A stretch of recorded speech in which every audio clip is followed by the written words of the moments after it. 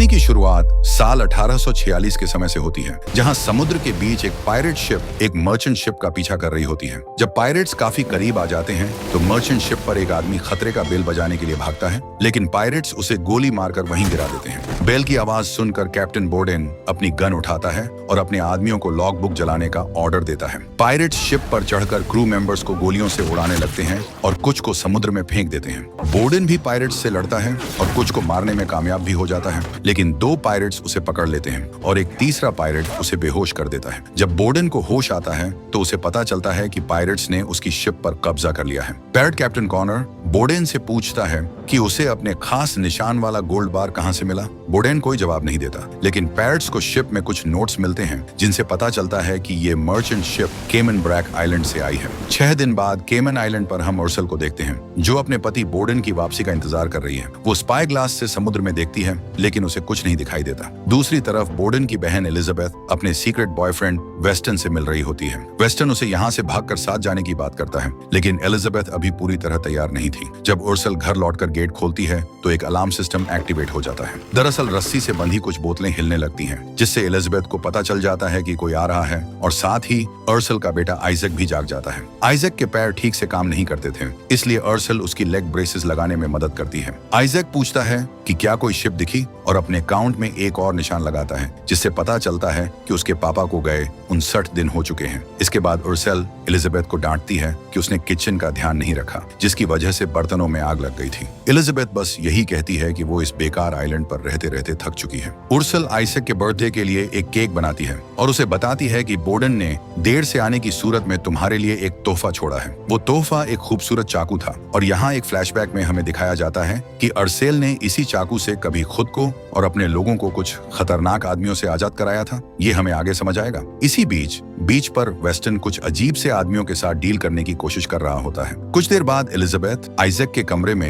एक अलविदा वाली चिट्ठी रखती है और चुपके से घर से निकल जाती है। बोतलें हिलने की आवाज से उर्सल जाग जाती है और एलिजाबेथ के कमरे को खाली पाती है। जब वो खिड़की से बाहर देखती है तो उसे घर के आसपास एक अजनबी आदमी घूमता दिखाई देता है। ये देखकर उर्सल फौरन फ्रंट डोर लॉक करती है और आइजैक को उठाकर उसे लेग ब्रेसेस पहनने को कहती है। फिर वो फ्लोर में बने एक हैच को खोलकर वहां से एक गन निकालती है और आइजैक को छिपा देती है। बाहर आदमी दरवाजों और दीवारों पर जोर जोर से थपकियां मारने लगते हैं और उर्सल को नाम लेकर बुलाने लगते हैं। तभी अचानक छत में एक छेद खुलता है और 2 आदमी ऊपर से अंदर कूद जाते हैं। उर्सल पहले वाले को गोली मारकर गिरा देती है, लेकिन दूसरा आदमी पीछे से उस पर हमला करके उसे जमीन पर गिरा देता है। वो उसे लातों से मारने लगता है। उर्सल बचाव करती है तो दूसरा आदमी उसका गला दबाने लगता है। उर्सल उसके हाथ पर काटकर खुद को छुड़ाने की कोशिश करती है, लेकिन वो दोनों उसे पकड़कर तब तक पीटते रहते हैं जब तक वो हार नहीं मान लेती। फिर वो उसका सर टेबल से टकरा देते हैं। इसके बाद स्काउट नाम का आदमी घर में आता है और अर्सेल से पैसे मांगता है। अर्सेल उसे तस्वीर के पीछे देखने को कहती है। स्काउट वहां देखता है,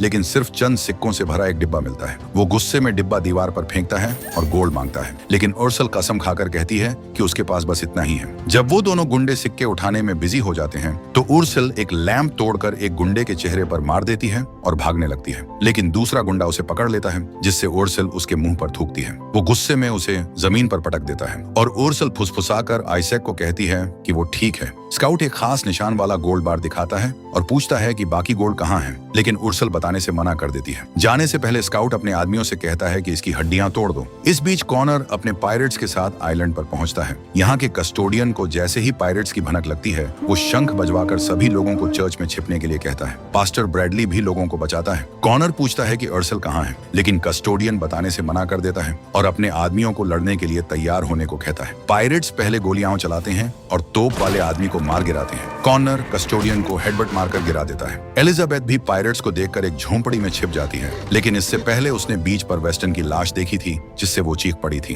खैर कस्टोडियन कॉनर को वार्निंग देता है कि रॉयल नेवी जल्द ही आ जाएगी। कॉनर कहता है कि बताओ डिस्ट्रेस सिग्नल कहाँ है, वरना चर्च पर गोला दागूंगा। मजबूरन कस्टोडियन बता देता है कि सिग्नल आइलैंड के दूसरे छोर पर ब्लफ के ऊपर है। इसके बाद कॉनर चर्च वालों को चेतावनी देता है कि जब तक वो अंदर रहेंगे उन्हें कोई नुकसान नहीं होगा। फिर वो तोप से कस्टोडियन को उड़ा देता है। तभी स्काउट आकर कॉनर को बताता है कि उन्होंने उर्सल को पकड़ लिया है। उर्सल के घर में वो गुंडे उर्सल के गले में फंदा डालकर उसे छत से लटका देते हैं। उर्सल अपनी उंगलियां रस्सी और गर्दन के बीच फंसा लेती है ताकि गला ना घुटे। उसी वक्त आइजैक बोलने लगता है और गुंडों की नजर फ्लोर के नीचे छिपे आइजैक पर पड़ जाती है।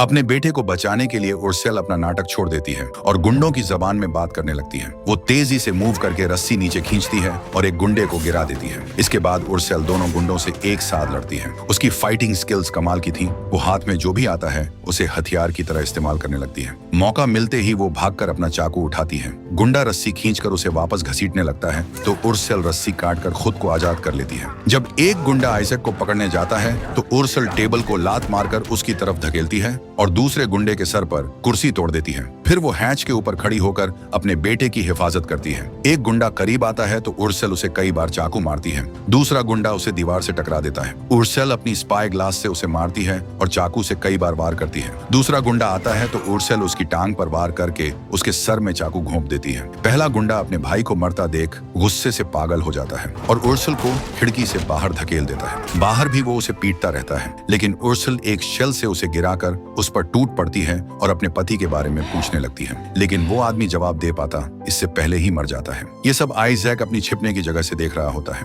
उर्सेल आइजैक को बाहर निकालती है और वो फ्लोर पर गोल्ड बार पड़ा देखता है। जब वो सामान पैक कर रहे होते हैं तो बोतलें हिलती हैं और उर्सेल खिड़की पर गन तान देती है, लेकिन सामने पास्टर ब्रैडली होता है। उर्सेल कपड़े बदलती है। ब्रैडली उसे बीच पर हुई तबाही के बारे में बताता है। उर्सेल की पीठ पर गोल्ड बार जैसा ही एक निशान बना हुआ था। ब्रैडली बताता है कि पायरेट्स तुम्हें ढूंढ रहे हैं और सिर्फ तुम ही उन्हें रोक सकती हो। वो उर्सेल को कैप्टन कहकर बुलाता है। पहले तो उर्सेल लड़ने से मना करती है, लेकिन तभी आइजैक को एलिजाबेथ की अलविदा वाली चिट्ठी मिलती है, जिससे पता चलता है कि वो वेस्टन के साथ भागने की कोशिश कर रही थी। उर्सेल चाकू वापस लेकर आइजैक को देती है और ब्रैडली को गन पकड़ाती है। वो दोनों को एक निशान वाले पेड़ के नीचे इंतजार करने को कहती है और एलिजाबेथ को बचाने निकल जाती है। उर्सेल बहुत ही सावधानी से पायरेट्स से बचते हुए आगे बढ़ती है। फिर वो एलिजाबेथ को पीछे से पकड़कर ऊंची घास में खींच लेती है। दोनों गले मिलती हैं और एलिजाबेथ रोते हुए बताती है कि वेस्टन मारा गया है। पायरेट्स उर्सेल के घर पहुंचते हैं और गोल्ड ढूंढने लगते हैं। उन्हें फ्लोर के नीचे सिर्फ गुंडों की लाशें मिलती हैं। कॉनर घर की हर चीज को गौर से देखता है, खिलौने,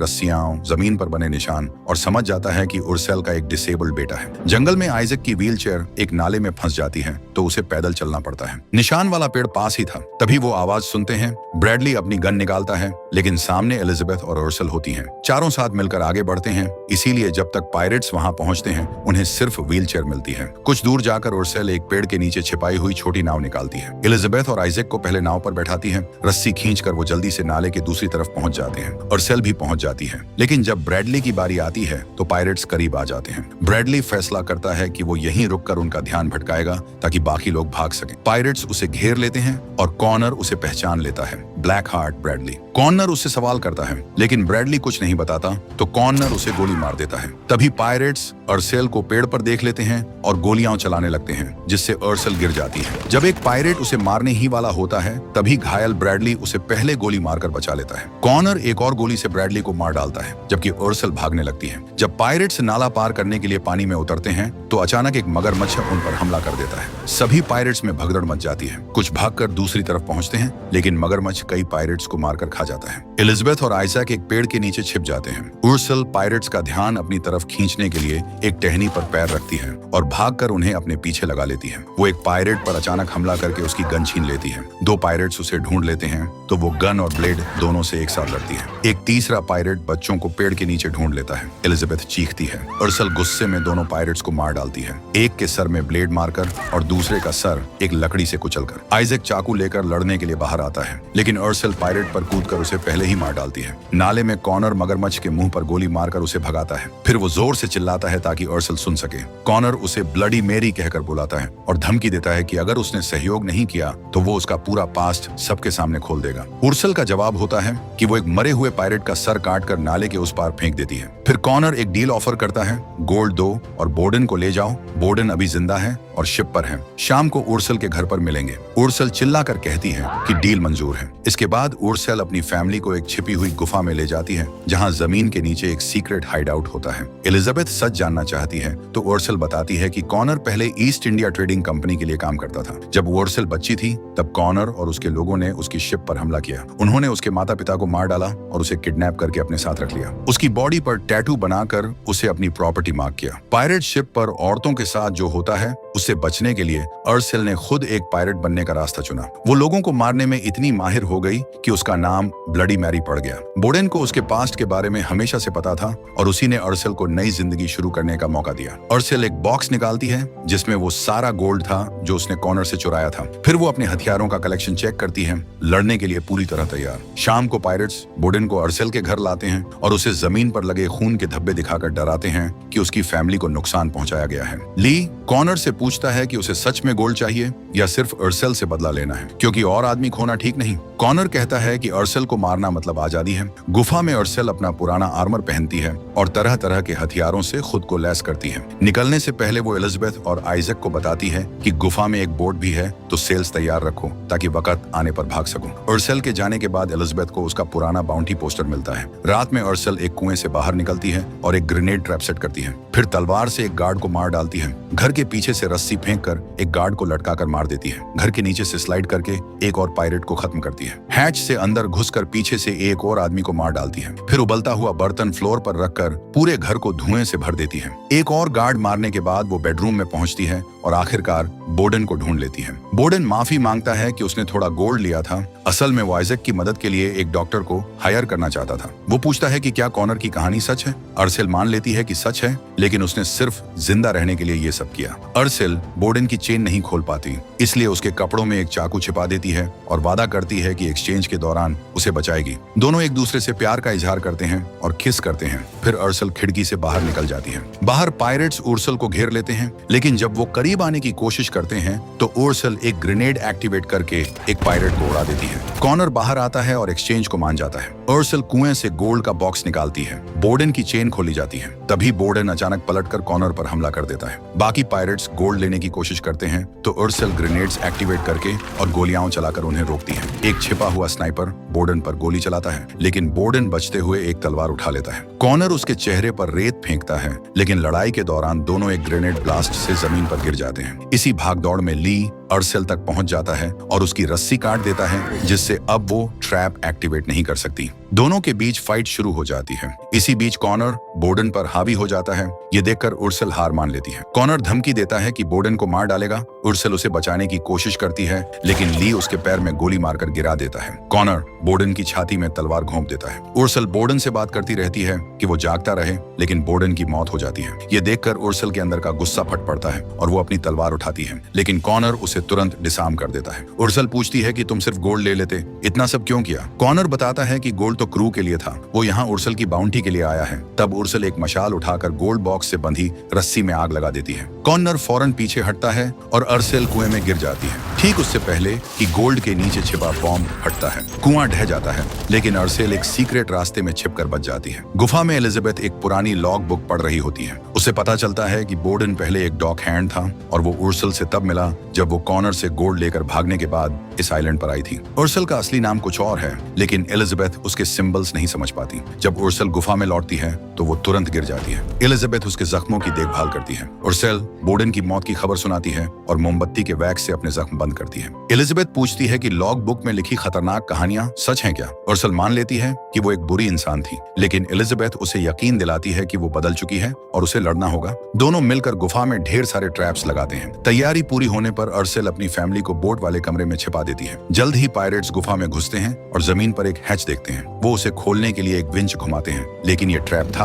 एक गन फायर होती है और एक पायरेट मारा जाता है। हाथ से हैच खोलने पर उन्हें उर्सेल पास में छिपी मिलती है और गोलाबारी शुरू हो जाती है। दूसरी तरफ आधे पायरेट्स आगे बढ़कर दरवाजा ढूंढ लेते हैं तो एलिजाबेथ एक्सप्लोसिव्स जलाकर उन्हें रोकती है। उर्सेल के पास तैयार रखे बहुत सारे हथियार हैं, तो वो एक एक करके पायरेट्स को मारती जाती है। वो एक लैंप भी शूट करती है जो गिरकर एक पायरेट को आग लगा देता है। कॉनर लगातार गोलियां चलाता है, जिससे उर्सेल को छिपना पड़ता है। ब्लास्ट खत्म होने के बाद स्काउट एक छेद से हाथ डालकर एलिजाबेथ की गर्दन पकड़ लेता है। एलिजाबेथ देखती है कि स्काउट ने वेस्टर्न का नेकलेस पहना हुआ है। आइजक स्काउट की बाह में चाकू घोंपकर उसे छोड़ाता है। एलिजाबेथ आइजक को बोट की तरफ भेजती है। स्काउट पीछे से आता है और एलिजाबेथ के मैचिंग नेकलेस को नोटिस करता है। जब वो उसे गिराता है तो एलिजाबेथ एक रस्सी खींचकर क्रॉसबो एक्टिवेट करती है, जिसका तीर स्काउट को दीवार से जड़ देता है। एलिजाबेथ वेस्टन का नेकलेस वापस लेकर निकल जाती है। टनल्स में पायरेट्स उर्सल को ढूंढ रहे हैं, लेकिन उर्सल अंधेरे में चुपचाप घूमकर एक एक करके उन्हें मारती जाती है। कभी कभी वो उन्हें एक दूसरे पर गोली चलवा देती है। कॉनर आवाज सुनकर आता है और अंधाधुंध गोली चलाता है, जिसमें उसका अपना ही एक आदमी मारा जाता है। अब कॉनर अकेला बचता है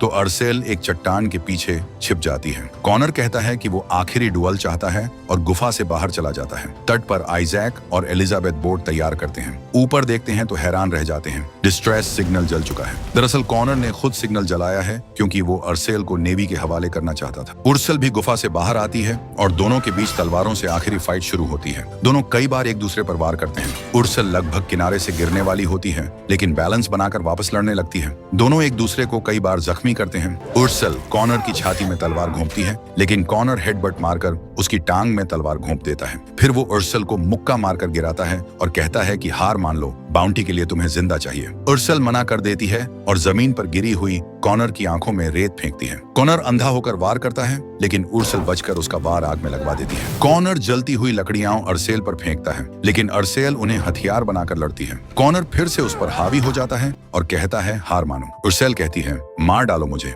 जब कॉनर उसे मारने ही वाला होता है, तभी पीछे से एलिजाबेथ आकर उस पर गोलियां चला देती है। उर्सेल इस मौके का फायदा उठाती है और कॉनर की छाती में तलवार घोंपकर आखिरकार उसे मार डालती है। एलिजाबेथ भागकर उर्सेल की मदद करती है। उर्सेल उसे बताती है कि उसका असली नाम मायाम है। बोट पर आइजैक को कुछ छिपे हुए गोल्ड बार्स मिलते हैं। चर्च में छिपे लोग आखिरकार बाहर आते हैं जब उन्हें दूर से रॉयल नेवी की शिप्स आती दिखाई देती हैं, और इसी के साथ ये मूवी यहीं पर खत्म हो जाती है।